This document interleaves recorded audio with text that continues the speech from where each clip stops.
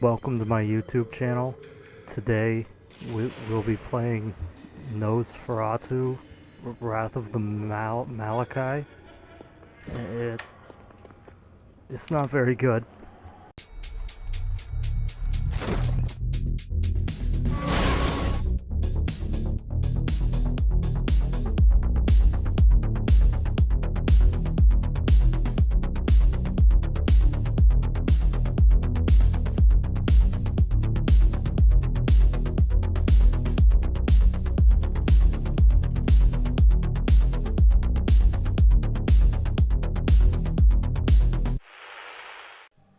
Oh boy, it is the most wonderful time of the year. Spooky season is finally upon us, and I've got a game to talk about. Unless, of course, you're watching this at a time when it's not spooky season. In that case, too bad! We got witches, we got jack-o'-lanterns, we got skeletons, evidently none of which are in this game. Nosferatu, the Wrath of Malachi, is a first-person shooter, roguelike, kind of Halloween-themed liminal space explorer, developed by IdleFX and published by iGames, and released October 21st, 2003. There really isn't a lot here. IdleFX is, or was, a Swedish developer that only put out a handful of games, that being a 2002 adventure game called Gast, which honestly looks downright charming as hell, Nosferatu, the Wrath of Malachi, another adventure game called Loophole. I'm not even gonna attempt to pronounce all that. Which was apparently based on a Swedish children's television show. Drake of the 99 Dragons, which apparently isn't very good. And finally, a Rainbow Six clone titled FBI Hostage Rescue. Then in 2003, they were merged with another Swedish company, Hidden Dinosaur, later renamed to Hidden Entertainment. Ooh. I don't know why I thought the spooky voice would be appropriate for that. Just cut.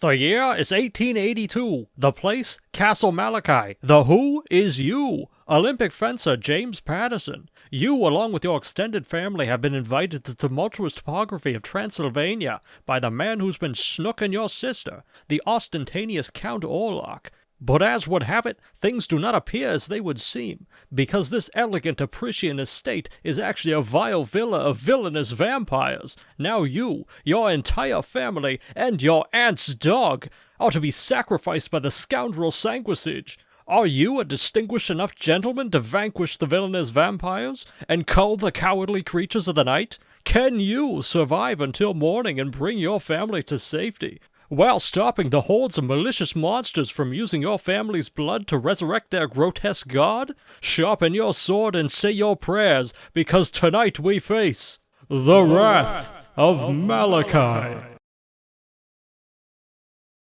We're gonna ignore that halfway through that. I stopped doing the old-timey announcer voice and kind of slipped into JFK, but we're gonna ignore that.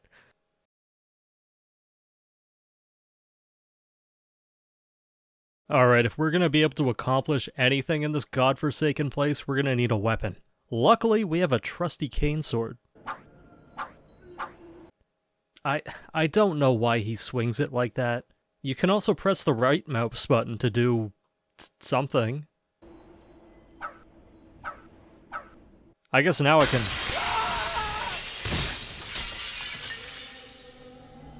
Holy shit, do you need a doc... James! The pain! I can't take it much longer. Please, bring Dr. Amersfield. The doctor, among others, is somewhere in the East Wing, so we're gonna have to... I don't have a key. Hey, you might be kinda fucked if I can't get in there. Oh, of course! The key wasn't behind any of the doors near the East Wing. It was in this random corner on the other side of the drawbridge, of course. Oh wait, now the key is over here. That's not ominous at all. In the East Wing, we find all manner of vile creatures. We got local dogs, local dudes, Ferengi, Muppets, evil portals, Nazgul. These foes may seem imposing at first, but fear not, for we have a tool that will send the hosts of darkness cowering in fear. A gun! You're gonna notice pretty quick that the Muppets aren't the only funny thing this castle has going on. ドラキュラ城は混沌の産物だ。その姿は一つではない。 Exactly. So, the castle is different with every new game, and that's not the only quirk. The contents of the rooms tend to change. Not just with every new game, but every time you load a save. Also, did I mention that you have to escort your family members back through the castle to the courtyard? Oh, here he is. Fuck. After far too much time, we find the doctor as well as a few others. Luckily, we got him back to the good Reverend on time. Accomplishing this lets the doctor heal our wounds whenever we return to him. And from our Reverend friend, we acquire a chalice, which is kind of the game's super weapon. Kind of. There is another. You think the water hurts the vampires because it's consecrated, but you'd be wrong. It's because it's hot dog flavored.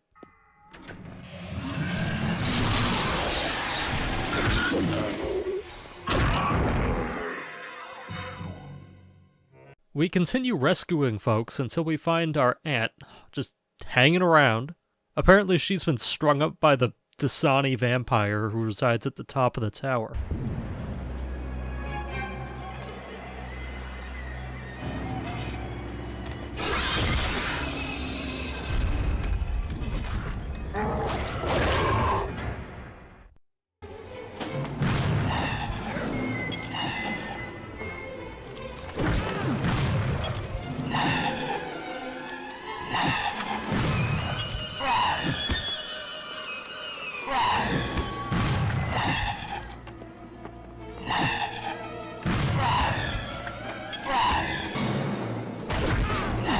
Holy moly, this guy's got moves!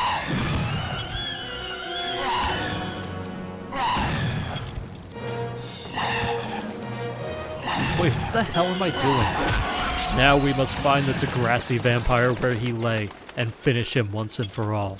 But first we gotta shoot these bats. I at least think we have to shoot the bats. At least I assume we do. Why else would it tell us if we shot one? The more I say this out loud, the more I just consider that I've never had to shoot the bats, have I? Either way, let's end this vile creature.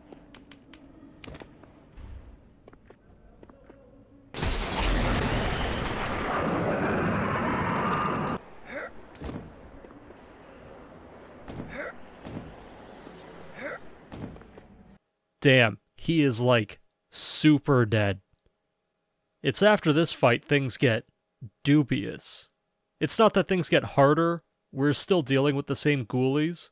What does change is the time it takes to get out of this proc-gen hellhouse. It's around here that escorting your family members out of the wing starts to get a little taxing.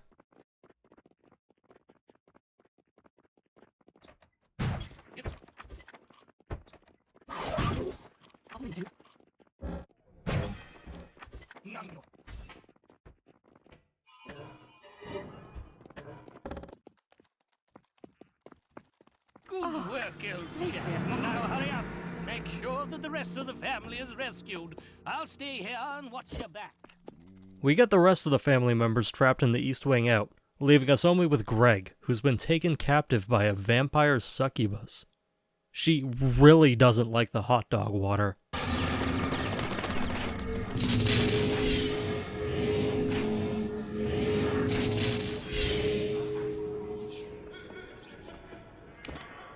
Let's go, Greg. Careful around these ledges.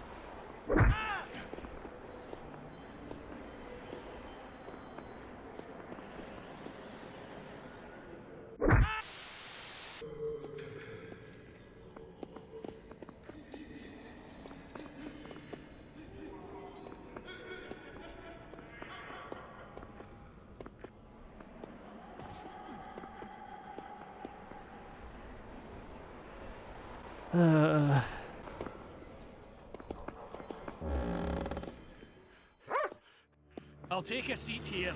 So, the funny water didn't actually do the job. The vampire succubus fled to her tomb underneath the east wing. But luckily, we've got the Reverend's secret scroll, so we can dispel those big-ass blocks blocking our way into the basement. Fuck, why did I write that?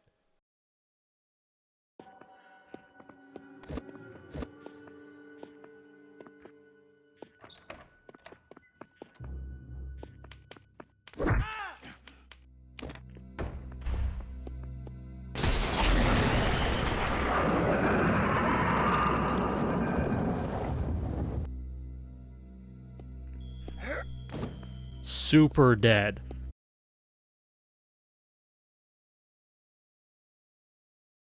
The West Wing has 5 floors and a few new foes. And this thing. We also got some tanky gargoyles, these flying things, and what I assume are wolfmen. Excuse me, sir, this is a no yiffing zone. Despite having 5 floors, we're actually not here all that long, and it's somewhere in this wing we find the most important family member, which is Grandpa. Why is he so important? Well, he gives us the machine gun.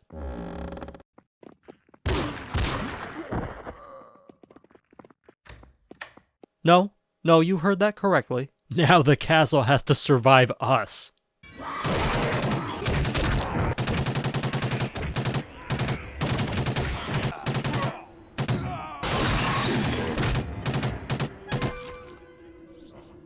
We can't all be that lucky, though.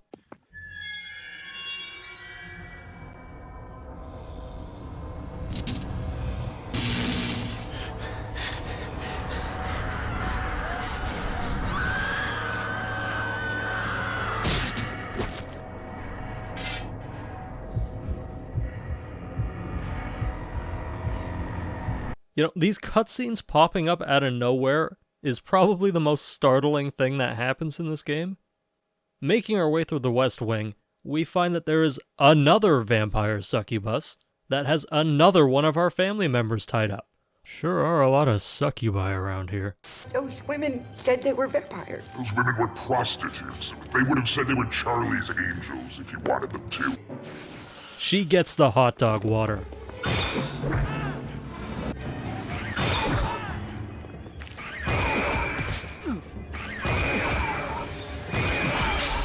Well, her minions. Fucking amateur hour over here.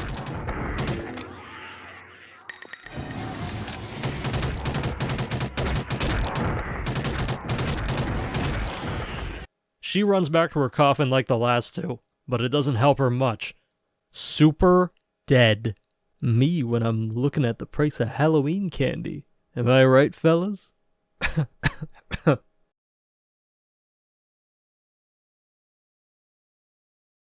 So I wouldn't exactly say that this game starts off strong, but it definitely starts to unravel a bit towards the end. The proc gen never really does this game any favors, and in the castle proper, you really start to feel it. This castle is nonsense. But we're barely in the castle, so I guess it doesn't mean much. You're actually in here for a staggeringly short amount of time. I didn't even have to go past the 2nd floor before finding the last family member. Once you're done wrangling the family back to the courtyard, the game skips forward to morning when we can finally face down the Count. Oh, I didn't mention this before, but some of your family members have temporary buffs in their trunks, like a stamina potion, and a speed potion, and garlic, and plate mail. Considering the era that this game takes place in, I'm going to assume that stamina and speed potion is all shorthand for a ludicrous amount of cocaine. And we're talking like that primo shit the doctor used to give you. No baking powder here. So I want you to keep this mental image in your mind that we enter the final fight decked out in plate armor, covered in garlic, strapped with at least half a dozen firearms, holding a machine gun, and on enough cocaine, presumably to kill a horse. You better believe I'm ready to kill a god.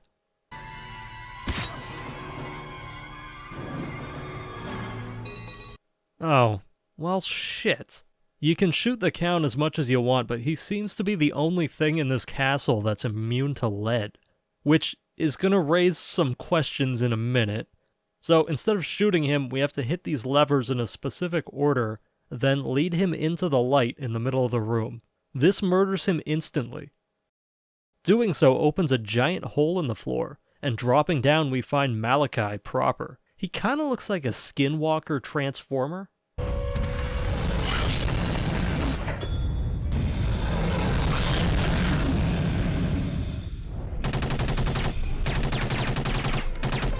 The Count may have been bulletproof, but his god isn't.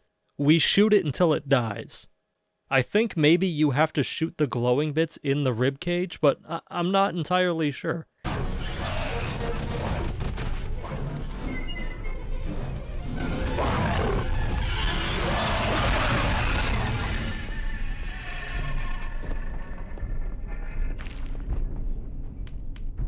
As the evil Malachi falls defeated, you are overcome with emotion.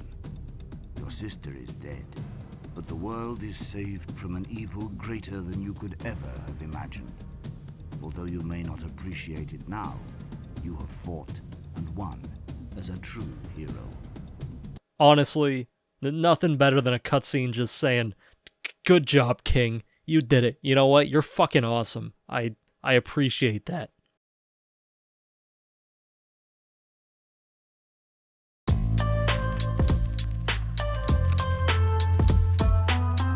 Nosferatu is an extremely simple game. There's no real depth to its gameplay mechanics. You walk around, shoot the bad men, and escort your family back to safety. That being said, it is most definitely not without its problems. First thing you're probably going to notice when playing, if not for the fucked up animations, is the stamina system. You have a bar that when you walk, that bar fills to about half. Swinging your weapon or sprinting fills the bar to full, and when it's full, your screen gets shaky and you can't melee attack as much as you normally can.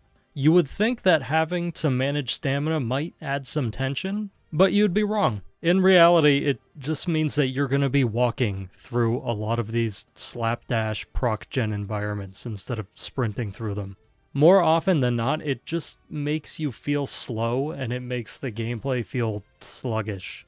The proc-gen is also a problem. Now, procedural generation can work in some games, but it doesn't work here. The issue is that almost the entire castle is randomly generated, with pretty much the boss rooms being the only place that stay consistent, and this causes a slew of issues.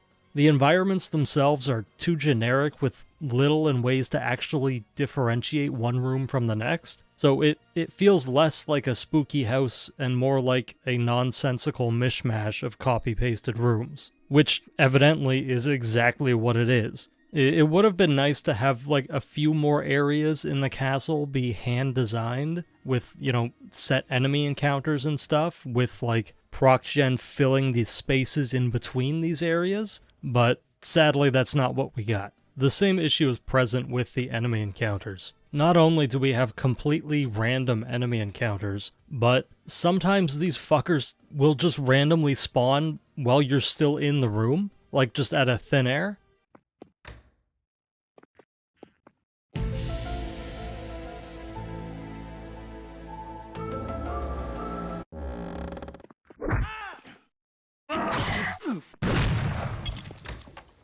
And that's not even mentioning the backtracking. Like, occasionally, they'll just spawn monsters in rooms you've already cleared. On top of just being annoying, it also makes it even more difficult to figure out where you actually are in this castle. So having all of these fights be procedurally generated means that none of these fights are really memorable. It's all just like a confusing slapdash of just dogs and ghosts and Ferengi and Muppets, and you rinse and repeat until it's over. The only consistent fights are the bosses, and those are spotty at best. And on top of all of that, these enemies are fantastically dumb. Like, really dumb. Like, even the fights that were handcrafted were still just a mess. Except for the last two fights. I wouldn't particularly call them good, but, you know, they work. It's a shame too, because you get these little glimpses of like a moody and effectively creepy atmosphere that, unfortunately, just gets bogged down by nonsensical proc gen.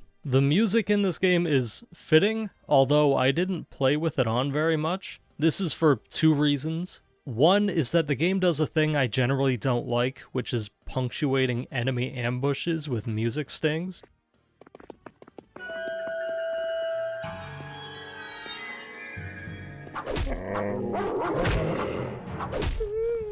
So, when you mix that with the already bad AI and the pathfinding, you'll usually hear the music before ever seeing the monster that's trying to attack you. And the second is, the music is overpowering, to say the least.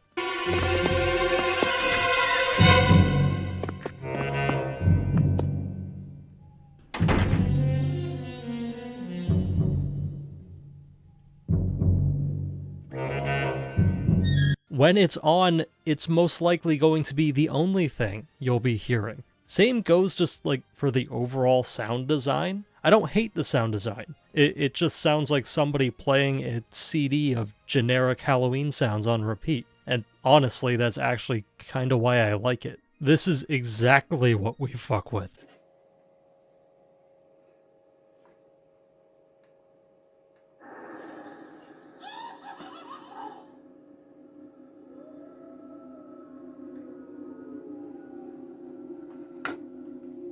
All year round, baby.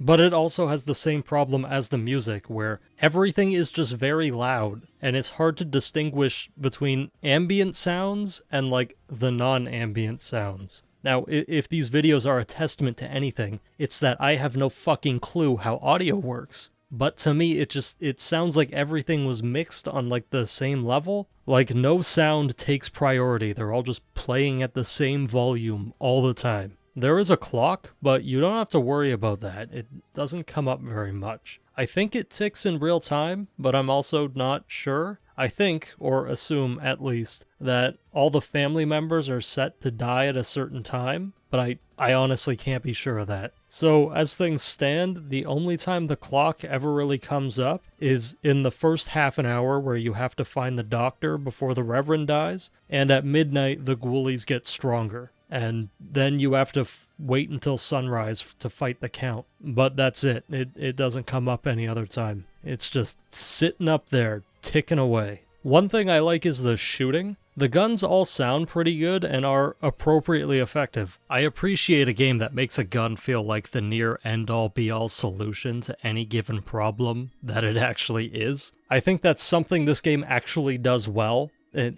It's funny, like when you're met with the bombastic music sting and the blood-curdling snarl of one of the ghoulies, only for it to end in an instant when you turn around and blow a toonie-sized hole through its chest with a flintlock pistol.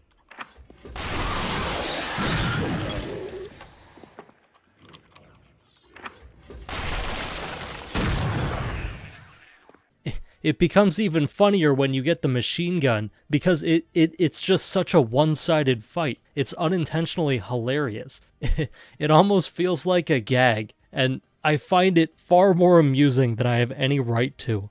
I also enjoy a lot of the model work in this game. You got these big, chunky 3D floating models for the health and ammo pickups, which is always a plus. And I do like the look of a lot of these monsters. They're not particularly scary or even imposing, but they fit the overall vibe well. Oddly enough, I think the vampire models themselves are the ones that stick out the most as being the most out of place. Except for the Count. His model is wonderful. But I mean, look at these guys. Like, if these are some good guys here, like, if these guys don't give off the Halloween vibe, then I don't know what does. This game does have some neat ideas, though. Like, first off, when you pick up a flintlock pistol, you not only get ammo, but you also get to hold another gun. So, you can have a bunch of flintlock pistols and cycle through them instead of reloading, which is a cool idea, and it works well. I also love the mental image of this guy walking around with half a dozen flintlock pistols shoved into his belt. Another thing is that some enemies will shy away from the cross, and you can use said cross to sanctify pools of water to refill your chalice. This is a cool idea I wish they did more with. Maybe giving the player the ability to sanctify rooms to create little safe havens in the castle, or maybe being able to hold the cross in your offhand, allowing you to use weapons alongside it. This game is incredibly short, and should only take you around 3 hours to finish it, which honestly kinda works in its favor. You're not playing it long enough for any of its jank to become overly frustrating, and you're not in its world long enough for it to completely fall apart. In all honesty, this is probably one of the reasons why this game holds such oddly high review scores. Okay, I was being a bit facetious there, but honestly, the game being on the shorter side is one aspect that I do actually really like about this game. I appreciate not quite bite-sized, but smaller games that attempt to tackle a simple premise. And it's because of this I'm willing to ignore a lot of the game's jank and its shortcomings. Despite its obvious faults, there are a lot of ideas and concepts in this game that I enjoy. A late 19th century, or I'm assuming 19th century, horror FPS with era-appropriate weapons, a silent film aesthetic based heavily on early vampire fiction with a moody gothic atmosphere. All of that sounds absolutely wonderful. The issue is that when you're playing through it, it almost feels like the game is on the cusp of falling apart, like the gum and rubber bands that are holding this thing together are just about to break. But to its credit, they never actually do. You almost expect to see more stuff, like enemies falling through the floor or geometry breaking, but that doesn't really happen. It's a consistently stable mess, if that makes any sense. And considering its age, I'm kind of surprised that it actually runs as well as it does on modern machines. It's functional enough as to where it can still be fun, while being short enough where it doesn't outstay its welcome. It's only an inch deep, but it does have some charm to it, and it's usually only around $4 at full price, so it truly is one of the games of all time. But I like it, and in the end, isn't that all that really matters?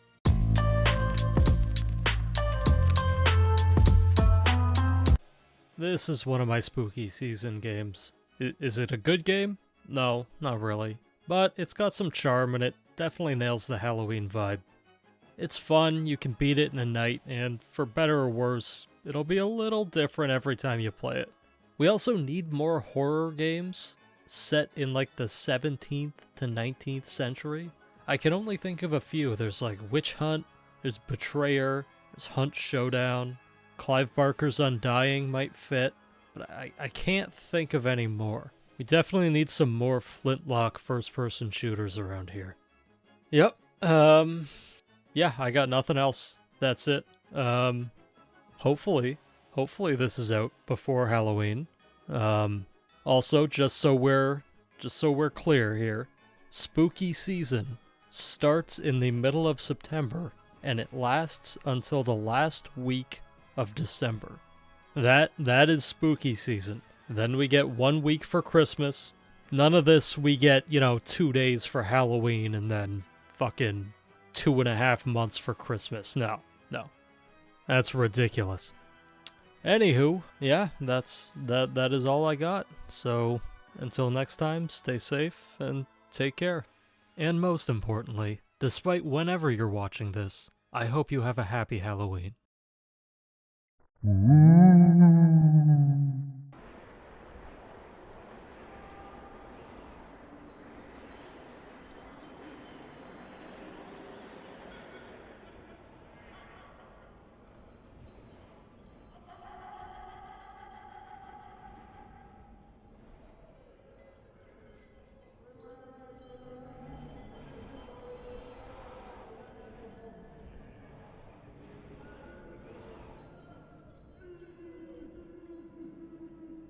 You better look into it, and especially when you told me that they hadn't spent a cent. Well, sir, this is obviously... Well, this is obviously a fuck-up. That's okay. Right. That's right. Right.